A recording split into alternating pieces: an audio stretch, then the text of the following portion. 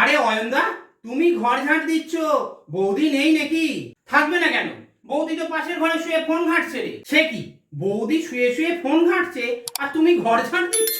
তাতে কি হয়েছে? সারাদিন বৌদিকে কম পরিশ্রম করতে হয়?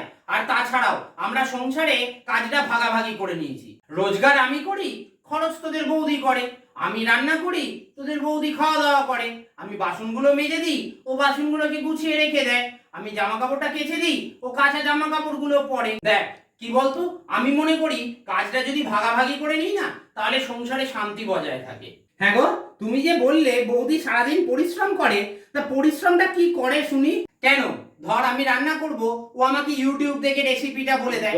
তারপর ধর বাসন মাজার সাবান, কোন সাবানটা ভালো সেটা আমি কি করে জানবো বলতো? আর এই সবগুলোর জন্য না ওকে সারাদিন ফোনে মুখ গুঁজে পড়ে থাকতে হয়। দেখি সেসব কথা বাদ দে, তুই হঠাৎ আজকে কি মনে করে এখানে? মানে আমার বাবা আমার বিয়ের জন্য একটা মেয়ে রেখেছে বুঝলে, তো বললো একবার দেখে আসতে। আমি ভাবলাম তোমাকেই সাথে নিয়ে যাই মেয়েটা দেখতে। তবে এখন ভাবছি থাক, বিয়ে থা করে জীবনটা নষ্ট করার কোনো মানে হয় না বুঝলে।